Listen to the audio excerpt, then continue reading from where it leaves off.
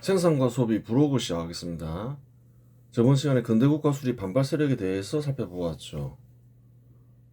돌연변이 세력이 갑자기 등장했죠.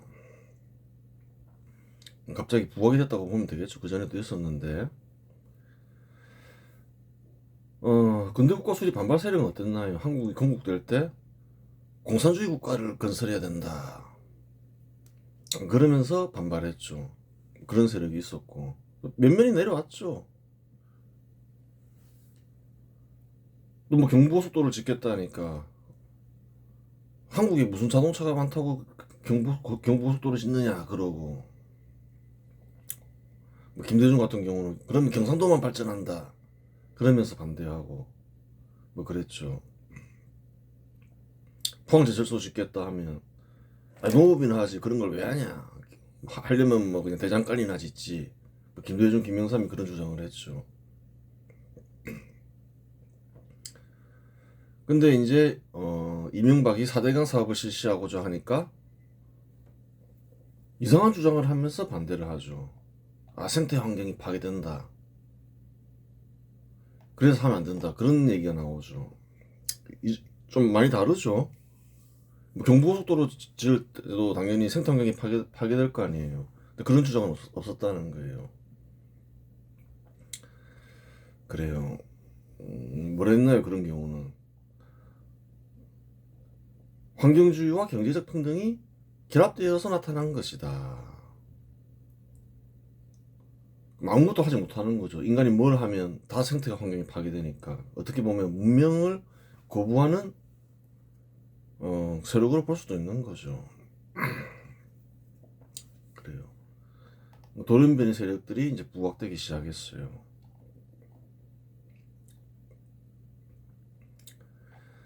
근데 근대국가 수립 세력 인사들이 이 무렵에 또 이상한 일을 벌이기 시작하는 거예요. 2000년대 중반부터 역사를 날조하려 해요. 본격적으로. 한번 보겠습니다. 2000년대 중반부터 근대국가 수립을 제약시하는 공산주의 세력 인사나 돌연변이 세력 인사는 근대국가 수립에 성공한 한국을 제약시하기 위한 조치로 역사 날조를 시도했다. 이때부터 시작했다는 거예요. 2009년 11월 민족문제연구소는 친일 인명사전을 출판하며 근대국가 수립 세력 인사들을 친일파로 규정하며 한국을 제약시하는 시도를 했다. 친일 인명사전이란 걸 냈다는 거예요. 근데 여기는 친일파로 분류되지 않은 많은 사람들이 이제 포함되겠죠. 주로 이제 근대국가 수립 반발 세력 인사들이 만든 거니까 근대국가 수립 세력 인사들이 이제 친일파로 몰리는 거죠. 한번 보자는 거예요. 1910년 조선이 식민지로 전락했을 때 식민지로 전락하는데 책임이 큰 이들을 제외하고는 특정인을 상대로 책임을 묻지 않았다. 1910년에는 어땠느냐? 그 지금의 생각과 그때의 생각이 같다고 생각하면 안 돼요. 조선이 식민지가 됐을 때 누구한테 책임이 있다고 생각했을까요? 그 시대 사람들은 조선 왕실과 을사오적이 식민지가 되는데 책임이 있다고 생각했다. 뭐 그 정도였다는 거예요. 뭐 나머지 사람들에 대해서 친일판이 아니니 뭐 거의 뭐 그런 공격은 없었다는 거예요. 책임 있는 위치에 있는 사람이 책임을 지는 거지, 책임 있는 위치에 없는 사람이 책임을 질 수는 없잖아요. 그야 조선 싫어. 그런 사람도 많았다는 거예요. 그, 이제 신분이 낮은 사람들 중에서는 이용구와 같이 한때 동학을 했던 사람들, 조선이 탄압을 받았잖아요. 그 100만 명 서명받고 그랬다는 거예요. 차라리 일본이 통치하는 게 나아, 그렇게 생각하는 사람들도 있었다는 거예요. 그런 사람들이 있다 해서 그 시대에 뭐 그런 사람들까지 뭐 식민지가 식민지가 된데 큰 책임이 있다, 뭐 그렇게까지 안 했다는 거예요. 책임이 있는 위치에 책임을 묻는 거, 그게 뭐 우선 먼저 돼야 되는 거죠. 이 정도가 뭐 조선 왕실과 그 어떤 그 책임 있는 위치에 있는 사람들, 뭐 아주 소수죠. 뭐 실제로 책임 있는 사람들이고 뭐 그 정도가 책임이 있다 이렇게 생각한 거예요. 그때는 당시 조선인들은 갑신정변 인사들을 존경했는데, 존경한 이유는 그들이 말대로 근대 국가를 수립을 위해 개혁하고 신일 국가가 되었으면 식민지가 되지 않을 수 있었기 때문이다. 그때 이제 가장 존경받는 사람들은 누구였냐? 갑신정변 인사들, 혹은 좀 넓게 보면 급진 개화파 인사들이 존경받았다는 거예요. 처음에 갑신정변을 일으켰을 때는 그래요. 악당으로 취급당했죠. 반란을 일으킨 죄인으로 취급당했는데, 세월이 흐르고 보니까 이제 1900년대 중반 돼 보니까 우리가 이러다가 식민지가 되겠다. 개혁을 했어야 되는데 조선인들이 그걸 깨닫게 되는 거죠. 1910년 되면 갑신정변 인사들은 존경받는다는 거예요. 가장 존경받죠. 뭐 육일준이건 서재필이건 뭐 박용록은 다 존경을 받아요. 식민지로 전락했을 때 갑신정변 인사들 모두 동일한 행보를 한 것은 아니다. 서재필은 미국에서 독립운동을 하였지만 유일준이나 박용룡은 당장 독립하기는 어려우니 실력을 양성해야 한다고 주장했다. 그 어디에 있냐에 따라서 주장이 달라졌죠. 왜 그런가요? 진짜 서재필은 미국에 있으니까 그냥 독립운동을 하는 거고, 유일준이나 박용룡은 국내에 있으니까 이제 무슨 힘이 안 되죠. 하면 큰 피해가 예상되고 이러니까 일단은 실력을 양성하자, 그렇게 주장했다는 거예요. 특히 박용룡은 일본 정부에 협조해서라도 우선은 실력을 양성해야 한다고 주장했다. 박용룡은 후작 차기까지 받는다는 거예요. 대부분의 한국인들은 한반도를 떠나지 않았고, 한반도를 떠나지 않은 한국인들은 갑신정변 인사들에 동조하며 실력 양성에 힘썼다. 뭐 잠깐 이제 그래요. 대부분 사람들이 동조했죠. 사실상 식민지 조선에 남아있던 한국인들은. 6.17이나 박용렬과 뜻을 같이 한 이들에는 윤치호, 손병희, 최남선, 이광수, 서정주 등이 있다. 그래요. 이들 중에는 한때 항일 투쟁을 하는 이들도 있지만 큰 피해가 우려되어 실력 양성을 주장했고, 한반도에 머물던 식민지 조선인들은 그들과 뜻을 함께하며 그들을 존경했다. 뭐 옥고를 치는 애들도 있죠. 뭐 윤치호나 손병희, 최남선 이런 사람들은 옥고를 치렀죠. 뭐 3.1 운동에도 가담하고. 그래요. 이제 그런데 안 되잖아요. 그러면 일단 실력 양성하자. 독립은 뭐 실력 양성한 뒤에 뭐 국민들이 원하면 하고 안 되면 못 하는 거고, 하여튼 뭐 실력 양성하자. 그렇게 했다는 거예요. 3.1 운동 이후에 뭐 일본 정부를 상대로 뭔가 항일 투쟁했다는 게 없잖아요. 식민지 조선 내에서는. 피해도 거의 없었던 거죠. 그래요.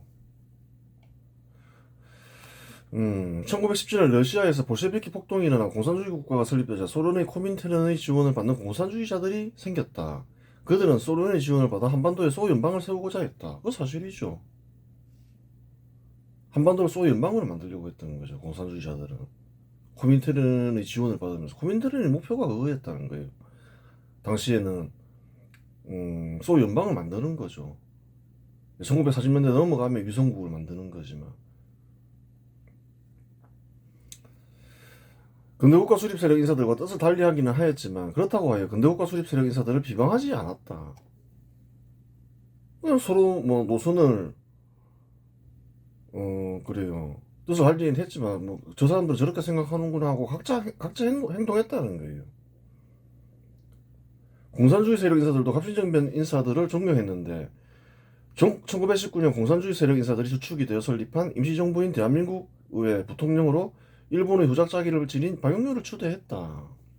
공산주의자들도 갑신정변 인사들은 다 존경했다는 거예요. 그 박용렬을 공산주의자들이 이제 우리가 한번 임시정부를 만들어 봐야 되겠어. 부통령으로 그러면 박용렬을 추천하자, 추대하자, 그렇게 했다는 거예요. 박용렬은 아무 생각이 없는데 존경을 받았다는 거죠. 그 말은 또 무슨 말인가요? 뭐 이때까지만 해도 뭐 서로가 서로의 노선을 뭐 그렇게 뭐 비난하거나 공격하지 않았다는 거예요. 뜻을 달리한다 해서 저것도 하나의 노선이구나 뭐 그렇게 생각했던 거죠. 서로. 조선인들 중에는 무장투쟁을 하는 이들도 있었다. 1910년 이후 한반도 내에서는 무장투쟁을 하기 어렵기 때문에 무장투쟁을 하고자 하는 이들은 주로 간도로 이동했다. 간도나 뭐 연해주로 갔겠죠. 1919년 3월 1일 3.1 운동 직후 그러한 이들의 수가 가장 많았는데 그래봐야 수천 명에 불과했다. 사람들이 잘못 알면 안 되는 거예요. 현실 한국에서는 모든 사람들이 한국인들 대부분이 항일투쟁을 원했다 혹은 했다 그렇게 생각하는데 그렇지 않다는 거예요. 가장 많을 때를 따져봤을 때도 이제 국내에서는 하지 못했고 1910년 이후에는 많아봐야 한 수천 명이었다는 거예요. 상위 임시정부에 강복군이 있었다고 하지만 일본군과 전투를 치른 적이 없었는데 1940년대 강복군에 참여한 군인들은 수십 명에 불과했기 때문에 전투를 치른 일이 없었다. 없었기 때문이다. 한번 보라는 거예요. 뭐 몇 명이나 무장투쟁을 하려고 했냐는 거예요.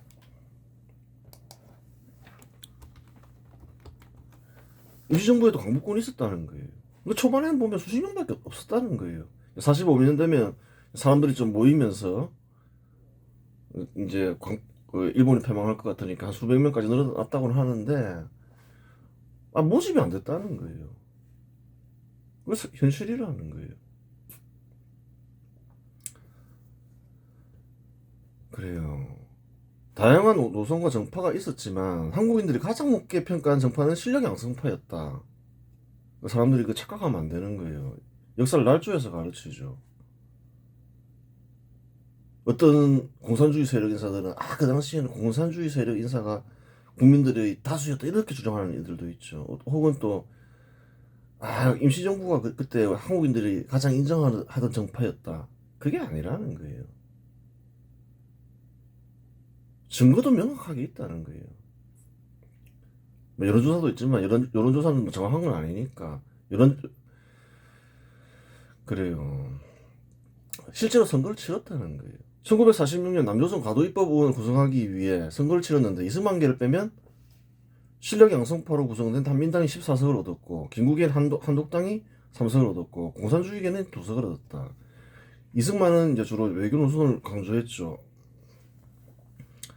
근데 이제 이승만은 빼야 된다는 거예요. 이승만은 뭐 외교를 했든 뭘 했든 19년에 보면 그때부터 한국인들로부터 가장 존경을 받았다는 거예요. 임시정부에서 전부 수장으로 추대받죠. 그래요. 이러한 현상은 이승만이 1960년 물러나기 전까지 계속된다는 거예요. 개인기가 뛰어났던 사람이죠. 근데 이승만을 빼버리면 어떻게 되나요? 한민당이 45석이었는데 당시에 14석을 얻었다는 거예요. 임시정부계 한독당은 3석밖에 얻지 못했다는 거예요. 그 실력 양성파 한민당이 14석을 얻었다는 거예요. 공산주의계는 2석을 얻었다는 거예요. 선거 결과를 보면 실력 양성파에 대한 평가는 당신들이 옳았어요 이거. 정확하게 판단 내려보라는 거예요. 의석수가 너무 큰 차이가 나잖아요. 누구 손을 들어줬냐는 거예요. 한국인들은 실력 양성파 한민당 손을 들어줬다는 거예요. 임시정부계에 대한 평가는 고생한 것 인정해주지 정도였다. 그 다음으로 많이 얻은 게 김구계 한독당이죠. 3석 얻었죠. 차이가 많이 나죠. 인정을 해준 거죠. 고생한 거 인정해주지. 이 정도이죠, 뭐. 솔직히 얘기해서. 고생했는지 안 했는지도 알 수 없지만, 해외에서. 고생한 사람도 있고 아닌 사람도 있겠죠. 뭐. 어떤 사회나 사회를 삐딱하게 보는 정신병자들이 있기 마련이다. 공산주의에 대한 평가는 내오겠죠. 두서가 됐다는 거예요. 누가 지원했을까요? 삐딱하게 보는 공산주의사들이 지지했겠죠. 정신병자들이 다 있기 마련이죠. 어디에나. 선거 결과라는 거예요. 당시. 부인할 수가 없는 거죠, 이거는. 그 선거 결과가 나와버린 거니까. 그 공산주의자들이 부정선거라 해가지고, 당시 이제, 하지가, 미군 사령관 하지가 선거를 실시했죠. 재선거까지 했다는 거예요. 이제 다 설명했죠. 총선거를 하면 남북이 분단되는 일이 없었는데, 공산주의계 인사들이 거부하죠. 총선거를 하면 공산주의 국가가 설립이 될 수가 없었다는 거예요. 다 설명했으니까. 그래요. 공산주의계 인사들은 불리한 상황을 역전하기 위해 폭동 내전을 일으키는데 그런 와중에 실력 양성파를 친일파로 매도하였다. 아, 이 국민들 다수가 근대국가 수립 세력 인사들이구나. 그 대표 인사들을 친일파로 매도해서 다수 국민들을 우리 편으로 만들어야 되겠어. 그렇게 생각하고 시작한 게 이제 친일파 프레임이라는 거예요, 사실상. 실상 한국과 같이 식민지를 겪은 대부분의 국가들에는 실력 양성파가 있었고 하나의 노선으로 인정받고 있었다. 다 존경받죠. 대표적인 사람 한 명 들으라면 인도의 간디잖아요. 실력 양성파였잖아요. 영국이 협조해야 한다 하고 일단 실력 양성하자. 그건 뭐 똑같다는 거예요. 한국과 같이 약소국이 식민지가 된 경우에는 실력 양성파가 다 있다는 거예요. 근데 그렇다 해서 실력 양성파를 뭐 이렇게 친일파 이렇게 매도하지 않는다는 거예요. 어느 나라에서나 존경받는 경우 대부분이죠. 한국만 지금 친일파라고 하면서 매도하고 있는 거예요. 누가 그렇게 할까요? 공산주의 세력 인사죠. 돌연변이 세력 인사거나. 딱 보면 알아야죠. 민족문제연구소의 친일 인명사전에는 식민지식이 큰 존경을 받던 받았죠. 사실이라는 거예요. 박영렬뿐만 아니라 윤치호, 최남선, 이광수, 서정주 등이 포함되어 있다. 그렇죠. 서정주 씨는 해방 후 한국인들로부터 큰 사랑을 받았는데 서정주의 행적을 모르고 서정주 씨를 좋아한 것이 아니다. 동시대 사람들이잖아요. 서정주가 그 어떤 뭐 그래요. 일본 정부에 협조해서 뭐 실력 양성하자 이런 글을 많이 썼죠. 뭐 시도 그런 유의 시를 썼고 그거 모르는 사람이 어디 있냐는 거예요. 근데 서정주 씨를 그냥 계속 좋아했다는 거예요. 그 시대 사람들은 대부분 다 똑같은 생각을 하고 행동했기 때문에 문제 삼지 않은 것이다. 다들 뭐 그게 뭐가 문제냐 이렇게 생각했던 거죠. 지금 시대 사람들은 어떻게 배우나요? 서정주를 악당 시인으로 생각하는 사람들이 많잖아요. 근데 그 시대 사람들은 그렇지 않았다는 거예요. 실상 식민지 조선이나 만주에 있던 대부분의 한국인들은 실력 양성파와 뜻을 같이 하며 자기 삶을 충실히 살며 실력 양성에 몰두했다. 그래요. 그렇게 다 살았다는 거예요. 대부분 사람들이. 전부는 아니겠지만. 이상하게 여긴 주변 종족들은 한국인들을 제국의 하수인이라고 불렀다. 실제로 그랬다는 거예요. 주변 종족 한족이나 만주족, 러시아인들 다 주변 종족이죠. 당시 한국인들을 식민지 조선에 살던 한국인들을 제국의 하수인이라고 불렀다는 거예요. 1937년 스탈린 정권은 연해주에 살던 고려인 약 17만 명을 중앙아시아로 강제 이주시켰는데 이는 제국의 하수인 노릇을 못하게 하기 위함이었다. 그렇죠. 한반도가 접해있죠, 연해주는. 일본과 그래요. 전투를 할 수도 있는데 조선인들을 믿을 수가 없다는 거예요. 제국의 하수인이라 생각한 거예요, 사실상. 다 그렇게 생각했다는 거예요. 현 시대에서 역사를 날조하여 대부분의 한국인들이 독립운동가였던 것처럼 말하는데 다 거짓말이다. 다 거짓말이라는 거예요. 제국의 하수인이란 별명 어디서 나왔나? 123페이지. 다 그렇게 불렀다는 거예요.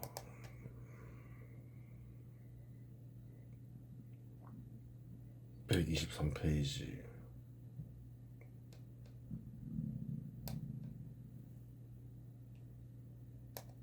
이 역사를 진실을 가르쳐 줘야지 엉터리로 가르치면 역사를 알 수가 없게 되잖아요.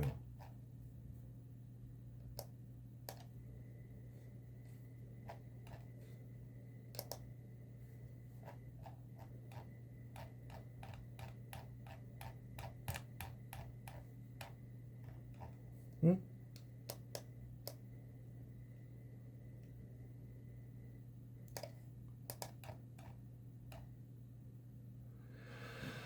어, 이제 안주를 잃게 되죠. 이제 일본에 패망하면서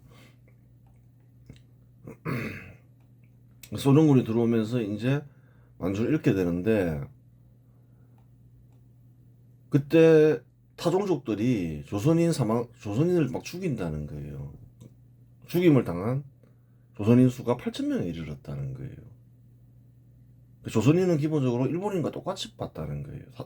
그 주변 종족들이. 중국의 국민당이 뭐라 하나요? 조선인은 일본 제국의 하수인이다 이러면서 한족도 그 조선인 만주에 있던 조선인들을 죽이는데 힘쓰죠. 그래요. 조선인 토지를 몰수했네? 예전에 설명했죠. 일, 일본이 그 만주를 점령하죠. 일본인들이 만주를 안 가려고 하니까 만주 통치를 하기 위해서 조선인들에게 토지 없는 조선인들에게 토지를 제공하면서 그래요. 자기 편으로 만들어서 만주를 다스리는 거죠. 그런 역사가 있다는 거예요. 토지를 주니까 얼마나 좋아하겠어요. 당시 조선인들 가난했는데 협조를 했겠죠 뭐. 그러니까 이제 일본인이나 조선인이나 다 죽여야 된다 이러면서 다른 종족들이 막 죽였다는 거예요. 역사적 사실이라는 거예요. 음, 다 거짓말이다. 식민지 조선에 살던 사람들은 음, 현실 한국인들이 믿는 것처럼 뭐 독립운동가 그런 거 아니다. 있었지만 극소수다. 그렇게 보면 된다는 거예요. 그 실력 양성파만 친일파로 규정한 것은 아니다. 그 실력 양성파만 친일파로 규정했냐? 그래요. 친일 인명사전에서 그것도 아니라는 거예요. 백선엽과 박정희와 같이 근대국가 수립에 기여한 이들 역시 포함시켰다. 건국시기 공산주의 세력은 경찰을 친일파로 몰았지만 군인들은 친일파로 몰지 않았다. 이유는 간단하다. 경찰에는 공산주의 세력 인사가 적었고 군인들 중에는 공산주의 세력이 많았기 때문이다. 실제로 박정희도 한때 남로당 당원이었고 이거 사실이잖아요. 1948년 여순 반란 사건 역시 군대가 일으킨 사건이다. 그래서 뭐 군대에서 군대는 뭐 주로 이제 그렇잖아요. 일본군 출신이 대우를 받았겠죠. 교육도 받았고 군인 역할을 할 수 있으니까. 특별히 뭐 군대를 가지고서 뭐 친일파니 그러진 않았다는 거예요. 경찰을 가지고 친일파라 했지. 당시 경찰들은 공산주의 세력을 박멸하는 데 중요한 역할을 했다. 그러니까 이제 경찰들을 공산주의 세력으로 몰아서 뭐 어떻게 하려고 했던 거죠. 반민특위 만들어서. 반민특위와 경찰들 간에 전투도 일어나죠. 그런 거였다는 거예요. 공산주의 세력의 기준은 간단했다. 우리 편은 독립운동가, 우리의 적은 친일파였다. 그거였다는 거예요.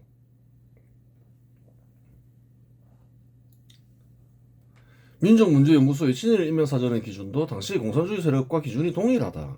그러면 2009년에 만들어진 친일인명사전 기준도 보자는 거예요.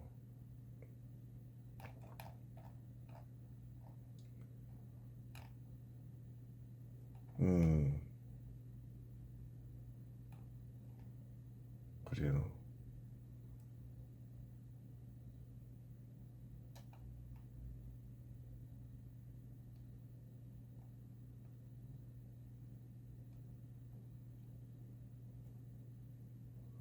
어, 당시 한국의 사정과 한국인들의 생각은 전혀 고려되지 않는다. 그 시대의 사람들은 1940년, 40년대 사람들, 30년대 한국인들, 40년대 한국인들, 그 사람들은 갑신 연변 인사들을 존경하고 실력 양성파를 가장 존경했죠. 그 선거 결과에서 드러나죠. 그런 걸 인정하나요, 안 하나요? 하나도 인정 안 한다는 거예요. 근대국가 수립을 제약시하는 근대국가 수립 반발 세력 인사들이 근대국가인 한국 수립에 기여한 이들을 친일파로 규정하였기 때문이다.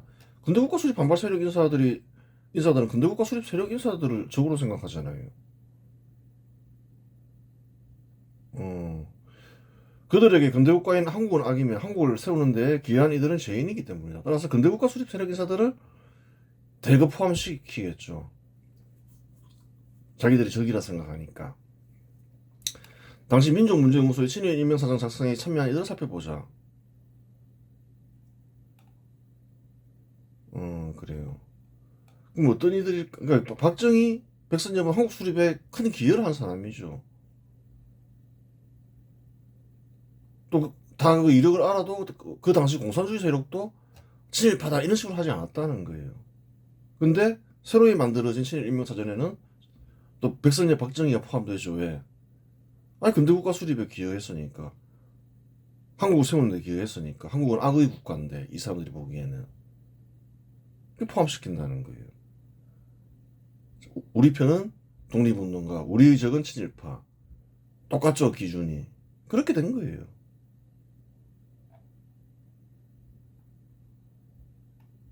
박영규 이런 사람들은 그 당시 한국인들 대부분 큰 존경을 받던 사람들인데, 윤치호 이런 사람들. 서정주 같은 경우는 뭐 다 알고 좋아했는데 다 똑같으니까 대부분이 대거 포함시켜버렸죠. 어떤 사람들이냐 이거 신일 인문사전 작성한 이들 보니까 임원영 난민전 사건 에너지더라 공산주의 세력 인사죠. 함세웅 해방신화 신학 빨갱이 신학을 얘기하는 거죠. 돌연변이 세력 정의구현 사례단 신부죠. 박한용 민족문제연구소 실장 민족수의사 막 근대국가 수립 반발 세력으로 포함되어 있고 이제 AI가 분류를 한 거죠. 대부분 보면 공산주의 세력 인사 아니면 돌연변이 세력 인사라는 거예요. 가담자들은 공산주의 내지 공산주의를 일정 정도 수용한 돌연변이 세력 인사임을 확인할 수 있다. 그래요. 공산주의 세력과 돌연변이 세력은 재판을 통해 역사를 뒤집는 시도를 이무렵 시작했다. 역사를 이제 뒤집어 풀려고 하죠. 첫 번째 시도가 이런 책들을 발간하는 거죠. 또 근대국가 수립 세력 인사들을 악인으로 만들려 하고 그런 시도를 하는 거예요. 공산주의 세력과 돌연변이 세력은 재판을 통해 역사를 뒤집는 시도를 이무렵 시작했다. 재판으로 역사를 날조하려 하더라. 그게 보이죠. 2005년 과거사 정리법을 제정하고 진실화해위원회를 구성했다. 위원회의 조사 결과를 토대로 피해자들이 재심을 청구할 수 있는 길이 열렸다. 1974년 인혁당 재건이 사건이 있었는데 간첩 사건인 거죠. 인혁당 사건은 간첩 사건이죠. 또 다른 간첩 사건으로 보는 거죠. 있었는데 유죄로 판결한 사건은 2007년 대법원은 무죄로 뒤집었다. 아 이게 무죄다. 뭐 이거 거짓이었다. 뭐 날조한 사건이었다. 군사정부가. 사실이냐는 거예요. 당시 체포되었던 유홍주는 2017년 간첩 신용복을 가리켜 민주주의 활동한 이들 중에는 우리 시대 축복이라 표현한 정영모 신부의 말을 인용하기도 했다. 빨갱이 신부인 거죠. 당시 유동자들의 행적을 볼 때 유죄 판결이 정당했을 가능성이 훨씬 크다. 잘 생각을 해보라는 거예요. 간첩을 존경한다. 간첩을 축복이다. 라고 말한 사람이 어떤 활동을 했겠냐는 거예요. 공산주의 활동을 했다는 거예요. 당시에도. 공산주의 활동은 뭔가요? 당신은 엄하게 처벌받는 불법 행위였다는 거예요. 그 인혁당에 참여한 사람들 보니까 뭐 간첩을 보고 찬양하고 이러더라. 간첩을 찬양하는 이유가 뭐냐는 거예요. 자기가 간첩이거나 간첩이 되고 싶은 사람이었던 것이죠. 상식적으로 생각을 해보라는 거예요. 정상적인 한국인 중에서 누가 간첩을 존경한다고 간첩을 향해서 축복이다 이렇게 얘기하냐는 거예요. 그런 거 없다는 거예요. 그러면 인혁당 재건의 사건은 뭐였냐? 그 사람들이 공산주의 활동을 하다가 걸려서 처벌받은 사건이 맞다는 거예요. 유죄가 맞다는 거예요. 근데 또 무죄로 뒤집었다는 거예요. 1959년 조봉암 간첩으로 사형되었는데 2011년 대법원 재심에서 무죄 선고를 받았다. 그런데 2020년 소련 문서가 공개되면서 조봉암은 진짜 간첩이었음이 밝혀졌다. 사실이죠 뭐. 그 역사적 사건을 재심한다는 것은 우스운 말이다. 좀 생각을 좀 해보라는 거예요. 수십 년이 흘렀어요. 세월이 흐르면 증거가 사라지고 증인들도 사망한 경우가 허다하다. 즉 세월이 흐르면 흐를수록 판단은 더욱 어려워진다. 더구나 시대와 장소에 따라 판단 기준이 다르다. 증거도 사라지고 증인도 죽고 없고 판단하기가 훨씬 어려워지죠. 세월이 흐를수록. 거기에다가 법도 또 다를 수가 있다는 거예요. 근데 이것을 수십 년이 흐른 사건을 재심한다? 그 말도 안 되는 소리라는 거예요. 모르고 하겠냐는 거예요. 또한 현 시대의 재판관이 과거의 재판관보다 더 능력이 뛰어나고 양심적이라는 생각도 그릇된 판단이다. 상황도 그러하고 사람도 현 시대 사람이 그 시대 사람보다 더 능력이 뛰어나고 양심적이라는 걸 어떻게 보장을 해요? 그러니까 재판이 안 되는 걸 재판한다는 거예요. 재판이 불가능한 수십 년 전의 역사적 사건을 재심하는 이유는 무엇인가? 왜 재심하는데? 이렇게 물을 수 있잖아요. 결국 재판으로 역사를 날조하기 위함이 아니고 무엇이겠는가? 무죄 이러면서 그러면 그때 그 사건은 누군가가 조작을 했구나. 이 말을 하고 싶은 거죠. 수십 년 전 역사적 사건을 재판할 수 있으면 100년이 지났건 수백 년이 지났건 재판하지 못할 것이 무엇이 있겠는가?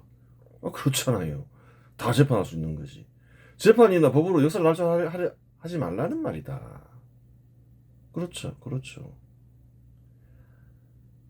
그 증거가 거의 사라지고 증인도 막 죽고 이래버리면 유죄라는 걸 입증하기 어렵잖아요. 처음부터 다시 재판한다 생각하면.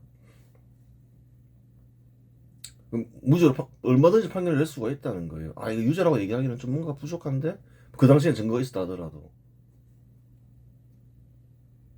얼마든지 무죄로 판결을 내릴 수 있는 거죠. 그럼 어떤 일이 벌어지나요? 재판이란 거는 세월이 좀 많이 흘러서 증거와 증인이 좀 사라지면 얼마든지 뒤집을 수 있는 것이구나. 그렇게 돼버린다는 거예요. 스스로 사법부의 권위를 떨어뜨리는 거죠. 그래요. 이번 시간 여기서 마치겠습니다.